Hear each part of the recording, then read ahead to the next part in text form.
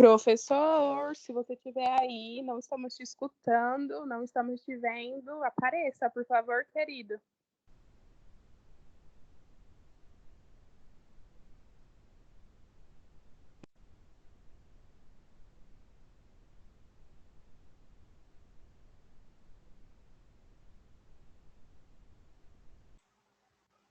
Estão me vendo agora, ouvindo? Agora sim, professor. Estão me vendo também ou só me ouvindo? Vendo e ouvindo. Ah, maravilha. Então, vamos voltar lá desde o começo, né? Que eu pensei que eu estava falando, estava todo mundo escutando aqui. Tá bom, então. Vamos lá. Então, novamente, pessoal, boa noite. Eu não vou ouvir vocês, mas boa noite. Estamos aí de volta, vamos ver se a gente dá continuidade à apostila. Eu fiz um material que está aí disponível como material de aula, que é uma apresentação em PowerPoint, tá? Que é da seção 2.4 e da seção 3.1. Alguns princípios que nós veremos hoje, nós já vimos lá na última aula que, salvo engano, a nossa última aula foi no auditório, numa quarta-feira. Aí, como eu estava com o quórum lotado, eu vou repetir alguns e falar de outros que estão nessa sessão, tá? Então, o material aí do PowerPoint é só um resumo que eu peguei da apostila, tá? Então, tudo que eu vou falar e tudo que está no PowerPoint, nem tudo que está no PowerPoint está na apostila. Alguma coisa ou outra eu acrescentei, mas basicamente é a mesma coisa, tá? Então, o primeiro princípio que está na seção 2.4 é o princípio da publicação, ou também princípio da publicidade, que aqui são sinônimos, tá? Então, o que a gente tem que entender que, regra geral, todos os atos processuais eles são públicos, certo? Significa dizer que as partes, não só as partes são procuradores, mas como interessados, eles têm acesso aos autos do processo. E hoje em dia, com o processo judicial eletrônico, aos autos virtuais, certo? Então, regra geral, tudo que é praticado no processo é público. A exceção é o segredo de justiça. E como é exceção, ela tem que estar prevista na lei. Então, no próprio CPC, no caput do artigo 189, que estabelece que os atos são públicos, nos seus incisos, nós verificamos as exceções dos processos que tramitam em segredo de justiça, tais como divórcio, guarda, visita, pensão alimentícia, tudo isso tramita em segredo de justiça. Então, no momento que a gente vai distribuir a ação, deixa eu me ajeitar aqui. No momento que a gente vai distribuir a ação, nós já colocamos no campo lá se a ação é ou não em segredo de justiça, tá? E quanto ao andamento processual, que alguns creio eu, já tiveram a oportunidade de verificar, quando a gente entra no site do Tribunal de Justiça, tjsp.jus.br, com o número do processo, com o número do CPF ou com o nome da parte, desde que não seja um nome comum, senão vai aparecer um monte de processo, a gente consegue localizar o processo e verificar o andamento. Se for segredo de justiça, a gente não consegue. Só consegue o advogado cadastrado, está lá com procuração ou subestabelecimento no processo, ou a parte. A parte, ela tem uma senha, então ela recebe uma senha do cartório ou da secretaria para ter acesso ao processo. Quando é o réu, pessoal, lá no mandado de citação do réu, no mandado já vem uma senha para que ele tenha acesso aos autos. Sem aquela senha, ele não consegue verificar o andamento, não consegue cópia do processo virtual, tá? Então, é preciso ter a senha. Então, em suma, pelo princípio da publicação ou da publicidade, todos os atos, inclusive a audiência, que a audiência é o ato processual, ele é público, certo? Então, se vocês quiserem acompanhar uma audiência, é só até o fórum, conversar com o assistente do juiz ou com o servidor que estiver ali presente, se identificar, pedir licença e adentrar a sala de audiência. Se for segredo de justiça, eles não vão deixar, mas a maioria não é, certo? O que pode acontecer é, durante a realização da audiência, que é pública, o juiz entender pela necessidade ou mesmo o advogado requerer isso ao juiz para decretar segredo de justiça. Aí todos que estão na sala que não tem relação com aquele processo, eles vão ter que sair. Mas isso é difícil de acontecer, mas vez ou outra acontece, tá? Então, esse princípio da publicidade está lá no artigo 189 do Código de Processo Civil. Em seguida, nós temos o princípio da lealdade processual. Está lá no artigo 5º do Código de Processo Civil. Então, eu estou mencionando aqui todos, esse é o texto transcrito da norma, tá? Eu não fiz nenhuma adaptação. Então, o artigo 5º está lá. Aquele que, de qualquer forma, participa do processo deve comportar-se de acordo com a boa-fé. Então, quem participa do processo? Juiz, advogado, parte, promotor, defensor público, terceiro interessado, certo? Todos que atuam no processo, eles devem atuar com lealdade processual, com boa-fé processual. Por quê? A gente tem que verificar todo o conjunto de princípios processuais que nós já verificamos e que nós iremos verificar hoje também. O processo ele tem que ser célere, econômico e assegurar uma decisão efetiva e mais justa possível. E lembrem também lá do artigo 6º do Código de Processo Civil, que trata da cooperação processual. Então, cooperação processual é ter lealdade processual. Então, está lá no artigo 5º. Quem não atua com lealdade processual, ele pode ser apenado com uma multa processual. Então, o artigo 5º do Código de Processo Civil, ele tem que ser lido, interpretado, de acordo com o artigo 79, 80 e 81 do CPC também, que eu transcrevi lá no material de aula do PowerPoint. O artigo 79 seguintes, ele trata da responsabilidade das partes por dano processual. E o artigo 79 estabelece que responde por perdas e danos aquele que litigar de má-fé. Então, veja que o artigo 5º, quando fala que tem que atuar com lealdade processual, qual é a contramão? Litigar com má-fé. É a má-fé processual. E o artigo 79 estabelece que a parte responde por perdas e danos. É importante ressaltar que não é comum, mas em alguns casos nós verificamos que, em que pese ser uma multa imposta à parte, em alguns casos, o advogado também pode ser apenado com multa de litigância de má-fé, se verificar que ele está em conluio com a parte, induzindo, por exemplo, o juízo a erro, certo? Então, no artigo 80, nós temos as hipóteses que caracterizam a litigância de má-fé. Então, eu vou falar um por um e explicar exatamente o que significa, certo? Primeiro, deduzir pretensão ou defesa contra texto expresso da lei ou fato incontroverso. Lembrem que quando o autor ele ingressa com a petição inicial, ele tem que expor os fatos e fundamentos jurídicos da sua pretensão. O réu, por sua vez, tem que expor os fatos e fundamentos jurídicos para demonstrar a improcedência da ação.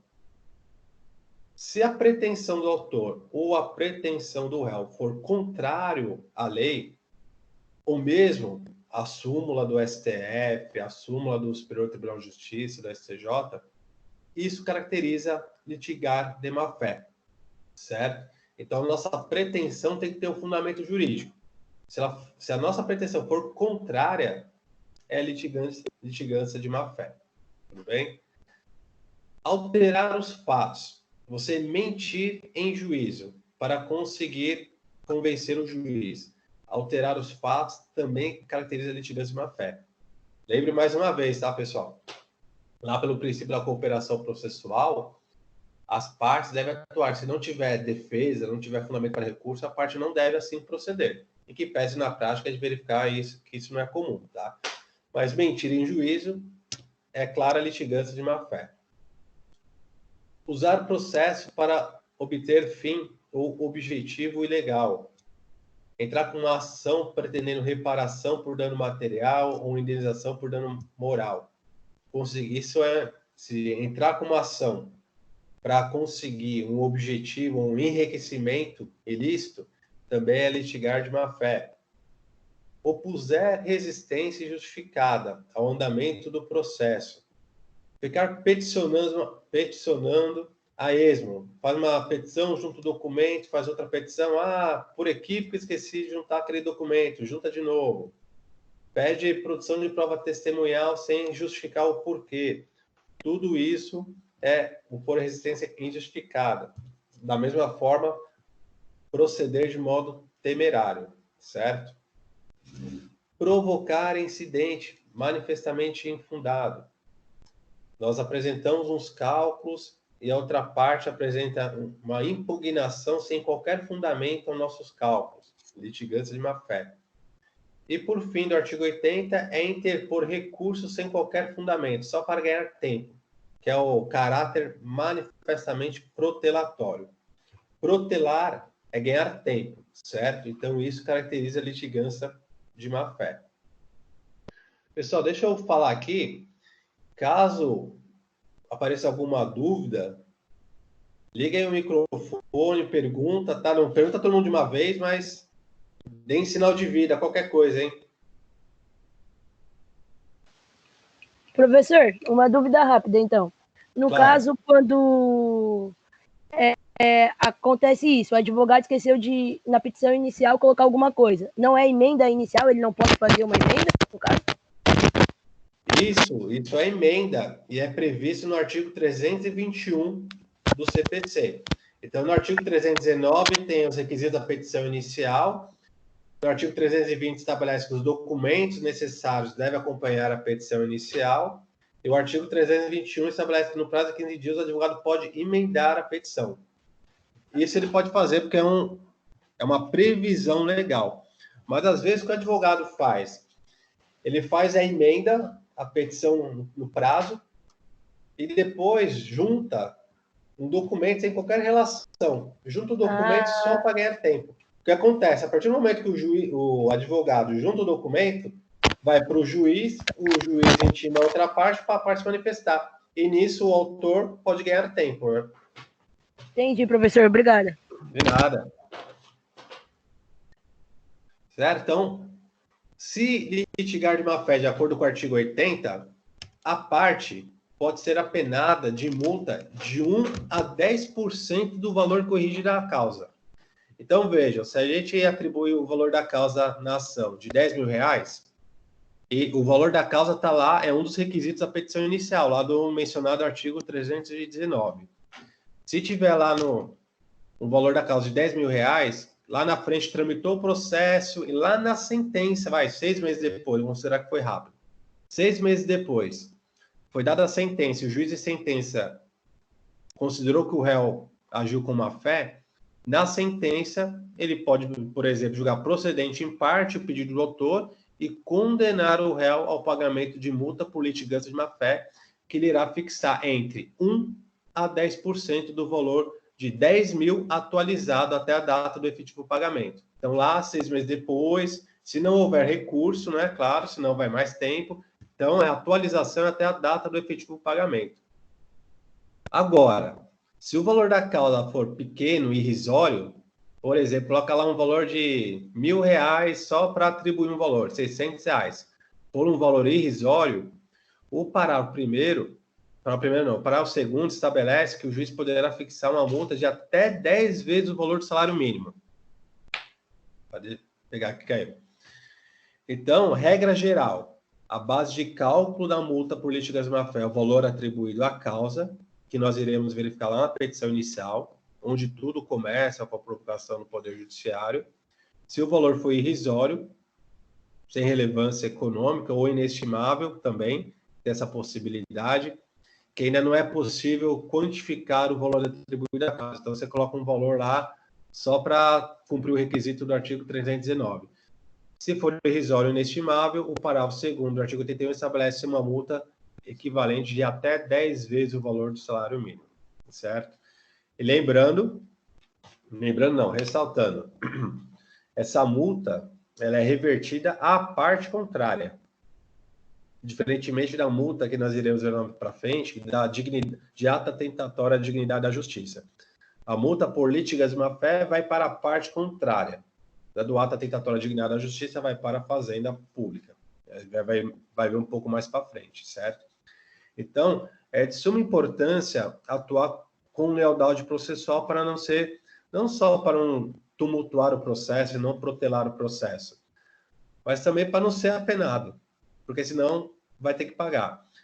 Com o CPC antigo, de 1973, não era muito comum os juízes punirem a parte litigante de má-fé com multa, porque ficava aquele fundamento genérico que é o exercício do direito de defesa. Então, não há que se falar em multa. Hoje já mudou um pouco. Hoje não mudou muito, mas mudou para melhor, porque alguns juízes têm aplicado essa multa. Porque a gente sabe, né, pessoal? Quando começa a pesar, só funciona se pesa no bolso. Se não pesar no bolso, a parte vai recorrendo, vai apresentando petição, até o juiz verificar que se houve ou não a má-fé processual. E importante também, o juiz pode, de ofício, aplicar a multa. Não precisa que o advogado da outra parte requeira a multa. O juiz de ofício pode considerar, litigou de má-fé, vou aplicar a multa, certo? Isso aí. E lá na frente, se na sentença você for condenado e você não concordar, e obviamente, pelo menos com a questão da litigância de má-fé, você não irá, você irá recorrer. Então, será um objeto de recurso também a litigância de má-fé. Aí faz parte. Se você quer protelar o feito, tem que assumir o risco, certo?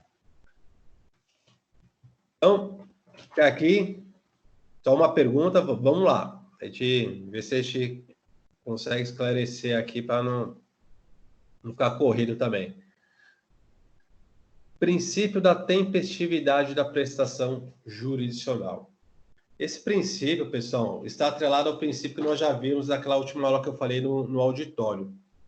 O princípio da tempestividade da prestação jurisdicional está relacionado ao princípio constitucional da duração razoável do processo.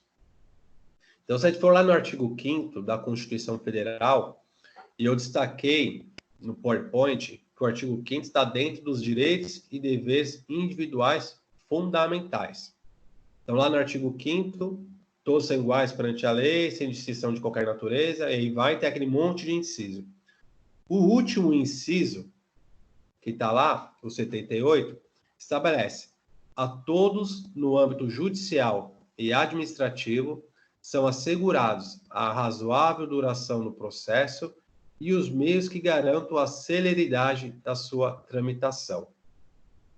Por que é o último inciso? Porque esse inciso não está na redação original do artigo 5º, não estava na Constituição de 1988. Esse inciso foi incluído em 2004, uma emenda. Então, em 2004, incluiu esse inciso da duração razoável do processo, que nós verificamos que também está lá no artigo 139 do Código de Processo Civil, do atual, né? Obviamente.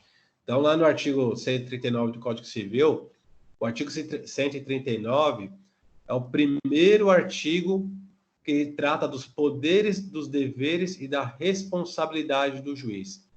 E qual que é um dos deveres do juiz? Inciso 2º do artigo 139, velar pela duração razoável do processo. Então, o legislador, em 2015, pegou o princípio constitucional do artigo 78 e trouxe para o inciso 2º do artigo 139. Tá nessa sessão, e nós vimos até na aula passada, até porque os princípios que a gente já conversou, que tudo se comunica, né? Esse princípio, pessoal, desculpem,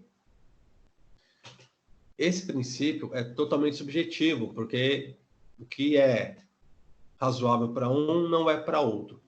Então, na prática, o que nós advogados fazemos nesse caso? Quando a gente peticiona e a petição fica lá 2, 3 meses para ser despachada, a gente faz uma petição pedindo agilidade no andamento com base no princípio constitucional e infraconstitucional, no artigo 78 do artigo 5º da Constituição e artigo 139, inciso 2º do CPC. Às vezes não surte efeito, às vezes surte efeito, Mas, se eu não me engano, foi até com vocês, até com uma colega de vocês na última aula, não vai sair chutando a porta pedindo para o juiz despachar sua petição, né? Vai lá, conversa com ele, não tenha vergonha e vê o que acontece, né? O princípio da tempestividade, quando a gente fala da tempestividade da prestação, tempestividade, obviamente, relacionada ao tempo. Quando a gente fala de tempo, a gente tem que fazer a relação com a preclusão. O que é a preclusão, pessoal? Eu acho que em algum momento do Código de Processo Civil o pessoal já viu, porque tem semestres aí junto. Preclusão nada mais é do que a perca do momento processual. Então, é perder o momento processual para a prática de determinado ato.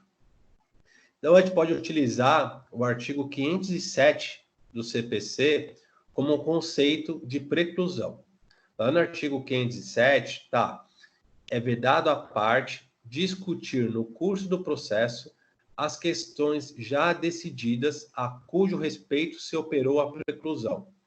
Então, no artigo 507, nós encontramos o conceito de preclusão, que, em síntese, é a perda do momento processual para a prática de determinado ato. A preclusão, ela pode ser dividida em temporal, consumativa e lógica. Então, nós temos 3 espécies de preclusão: temporal, consumativa e lógica. A temporal, nós verificamos lá no artigo 223 do CPC. Temporal por quê, pessoal? Nada mais é do que a perda do prazo. Então, perder o prazo para a prática de um ato é preclusão temporal. Então, esse é um conceito sintetizado, mas no 223 está lá escrito: decorrido o prazo, extingue-se o direito de praticar ou de emendar o ato processual, independentemente de declaração judicial, ficando assegurado, porém, a parte provar que não o realizou por justa causa. Justa causa, pessoal, é um fato alheio à vontade da parte.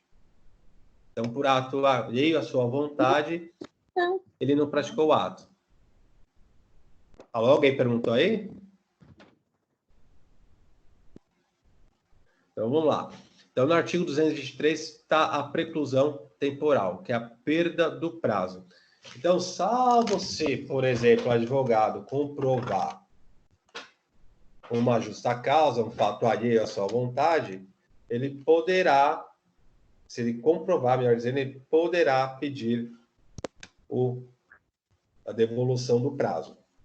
Então, o advogado está indo para o escritório no dia, sofre um acidente de carro, consegue comprovar que houve um acidente, foi hospitalizado, não tinha como peticionar, aí sim ele vai ter depois que peticionar pedindo a devolução de prazo. E obviamente, né, pessoal, se tiver mais de um advogado constituído na procuração, não tem como, né? Um advogado está no hospital, o outro que faça a petição. Então tem que tomar cuidado com isso. E a maioria dos escritórios, pelo menos, é mais um advogado, e se não tiver constituído na procuração, tem que ver se em algum momento no processo você não subestabeleceu para outro colega. Porque às vezes está só você na procuração e por algum motivo você subestabeleceu seus poderes ao colega e nem lembra mais. Você não pode praticar o ato, seu colega pode, desde que não seja com poderes específicos, né? Desculpa. Então, preclusão temporal. A preclusão lógica, ela pode não parecer tão lógica assim, mas o que significa dizer? É a impossibilidade de praticar um ato incompatível com um já praticado. Então, ela decorre da incompatibilidade entre o ato praticado e outro que se queira praticar lá no futuro. Então, por exemplo, vamos considerar que nós vamos para uma audiência de conciliação e os advogados chegam no consenso e celebram um acordo. E, às vezes, para não falar que é comum, pode constar lá no final da ata que as partes renunciam ao recurso, ao direito de recorrer. E depois sai lá todo saltitante da audiência e o seu cliente pergunta: mas eu não Isso aqui. Ah, mas isso aqui não foi objeto do acordo. Ah, não concordo. Vamos recorrer. Veja, pessoal. Se constou na ata de acordo que as partes renunciam ao recurso, ao direito de recurso, a parte não pode depois apresentar o recurso de apelação. O acordo celebrado em audiência, ele é homologado através de sentença.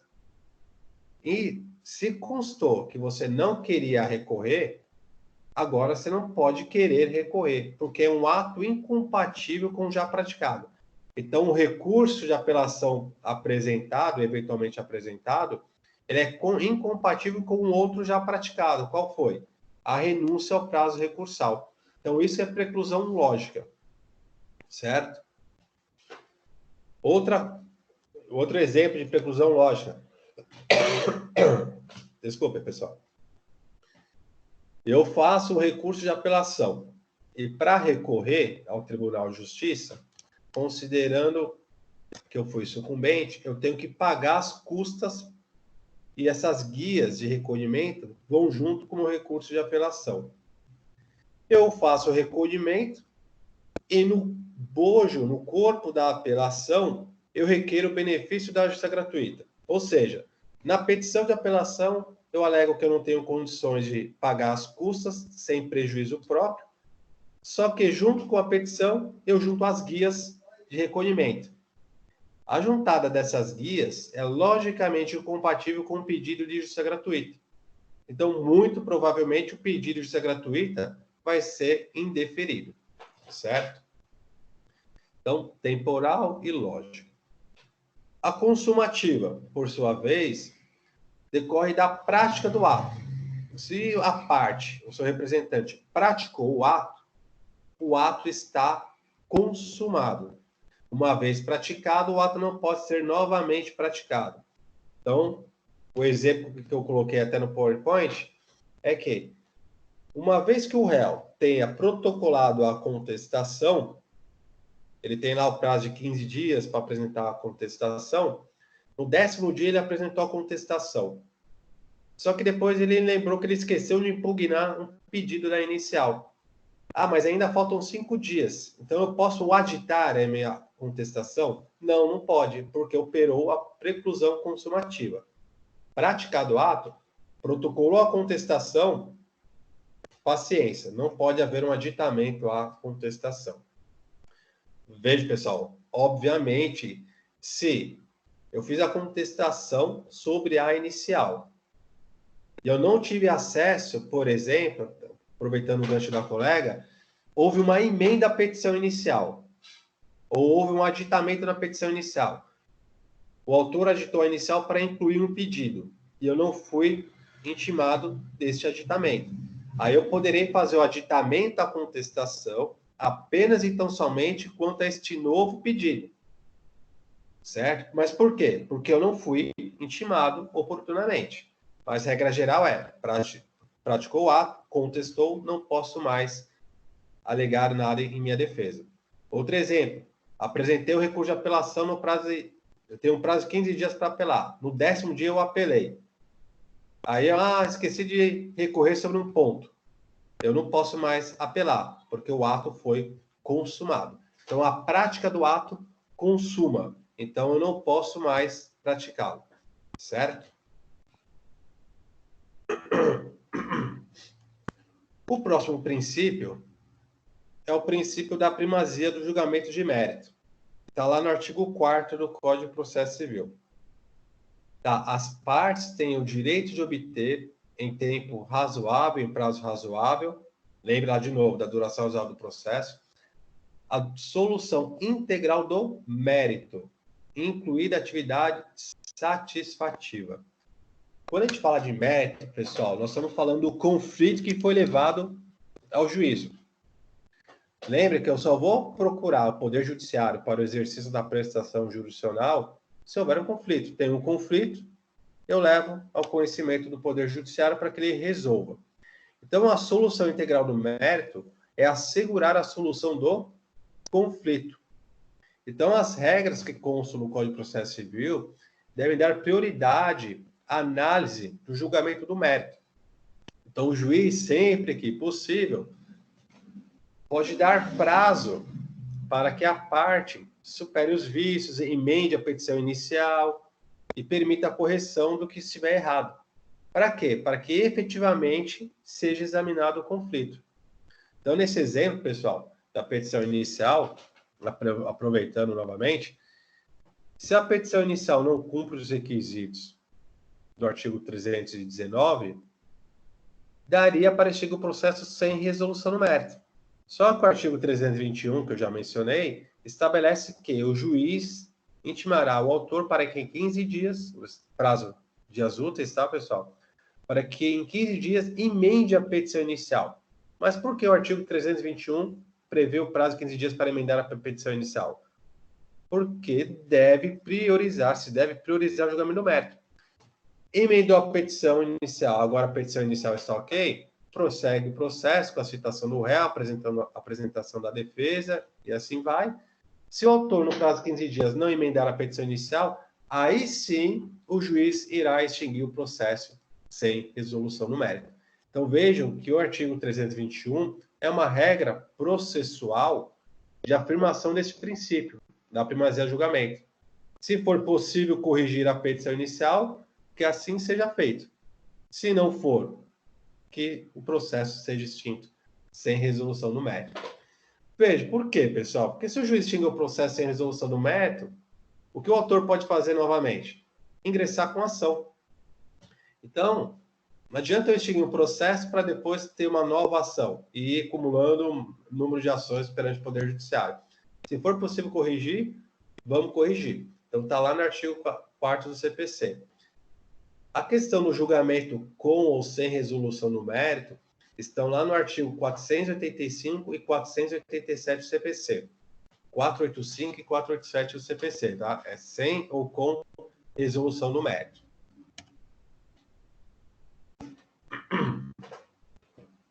O princípio que nós já vimos aqui, e a apostila reitera nessa seção 2.4, é o princípio do acesso à justiça.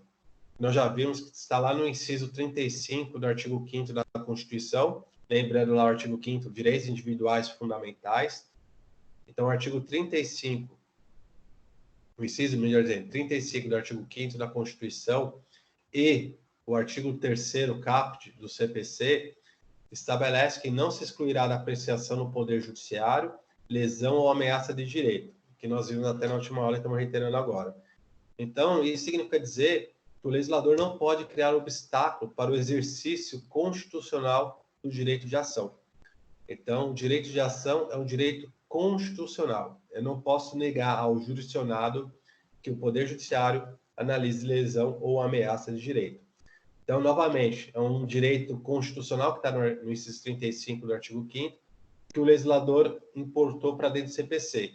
Que esse dispositivo não tinha no CPC anterior, veio com o CPC de 2015.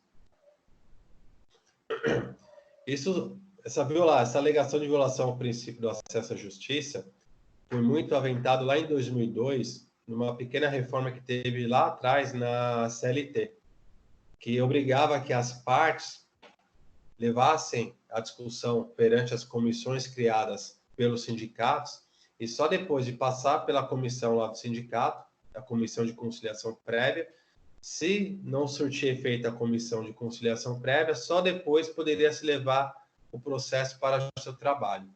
Era um obstáculo que se criou ao acesso à justiça. E o Tribunal Superior do Trabalho derrubou esse dispositivo da CLT, o artigo 625D da CLT, e com isso se desobrigou a parte a passar pelo sindicato para resolver a sua questão. Então, entra com a ação direta na hora do seu trabalho, né? O último princípio aqui, o princípio do duplo grau de jurisdição.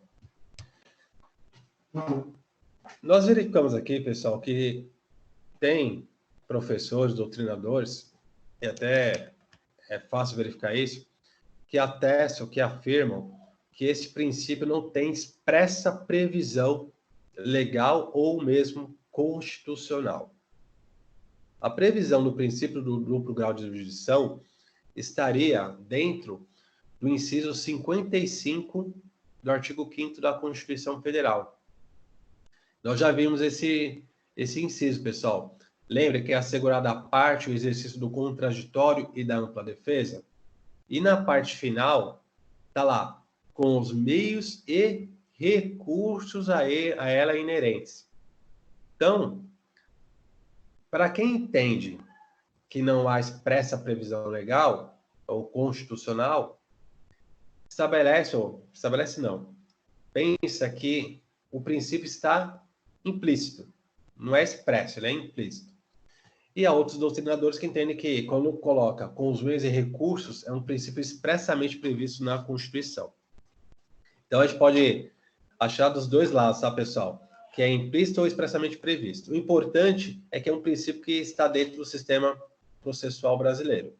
Então, no artigo 5º, inciso 55.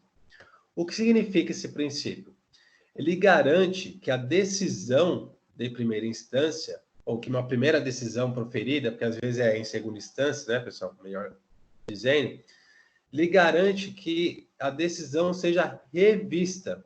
É uma possibilidade de revisão ampla das decisões, de qualquer decisão, por magistrado que, preferencialmente, de instâncias superiores.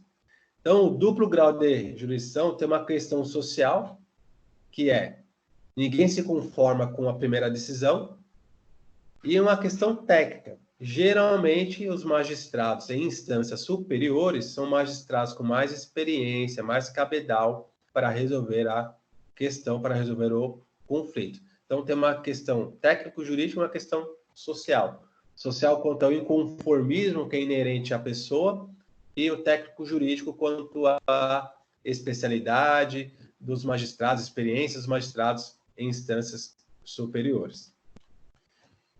E, por fim dessa sessão, é o princípio do juiz natural. Ele está lá no inciso 37 do artigo 5º da Constituição Federal. Está expresso no inciso, pessoal. Não haverá juízo ou tribunal de exceção. O que significa dizer isso? O que é o juiz natural? É o juízo competente. Quando a gente vai distribuir uma petição inicial, a primeira coisa, o primeiro requisito do artigo 319, pessoal, é a competência. É para qual juízo a petição inicial será distribuída. Então, essa questão de saber para qual juízo a petição inicial será distribuída é a regra de competência que o Código de Processo Civil estabelece. Essa regra de competência é a que estabelece o juiz natural. O juiz natural é o juiz competente de acordo com o Código de Processo Civil. Então, ninguém pode ser processado nem sentenciado senão pela autoridade competente. Competente de acordo com o Código de Processo Civil. Certo? Somente pode ser determinado que a pessoa seja julgada por órgão estabelecido por lei. Não pode ser criado um tribunal especialmente para julgar aquele caso, especialmente para julgar aquela pessoa. Isso que é o tribunal de exceção, pessoal. Você criar um tribunal só para aquele caso, só para aquela pessoa. Por que é proibido? Porque rompe, quebra o princípio da imparcialidade, que é um princípio processual que nós já vimos. O juiz ele tem que ser imparcial no seu julgamento. Por isso que nós temos que atender às regras de competência. Porque nós não sabemos para qual juízo irá cair aquela ação.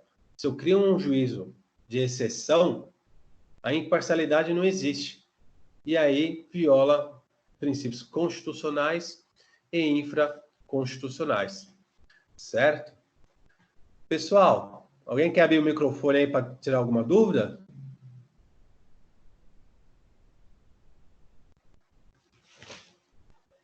Então, vamos finalizar hoje aqui. Na próxima aula, deixa eu abrir aqui. Na próxima aula, a gente dá início à sessão 3.1. A sessão 3.1 ela é curta, então a gente consegue fazer a 3.1 a 3.2. Então, na segunda que vem, nesse mesmo horário, a gente retoma aqui, tá ok, pessoal? Então, um abraço, uma boa noite e boa semana aí para vocês. Até mais. Boa noite. Tchau, tchau. Tchau, tchau. Senhor, Oi. você Você teria um e-mail que eu pudesse te fazer umas perguntas? Tem sim. Você pode me passar, por favor? Posso. Aí quem quiser, anota aí. É Lucas Ronza, Ah, RONZA, é o e-mail que vocês mandaram do trabalho, né? lucasronza@hotmail.com. tá bom. Ô, professor, se eu mandei o trabalho um pouco depois, tem problema? Não tem problema não. Eu fui recebendo até no dia que eu lancei, eu tava vendo as notas lá. Não tem problema não. É. Tá bom. Caso alguém não tenha a nota lançada, me manda um e-mail nesse e-mail aí, tá? Tá bom, professor. É porque você já lançou as notas? Já dos trabalhos já. Então eu já vou ter que te mandar um e-mail, porque a minha não foi lançada. Ah, então me manda aí. Tá bom, Porque professor. pode ser que o nome não estivesse na lista no momento, né? Aí manda o nome e o seu RA para eu dar uma olhada. Tá bom, professor. Tchau, tchau. Tá Tenha uma boa bom? noite. Tchau, tchau. Boa noite.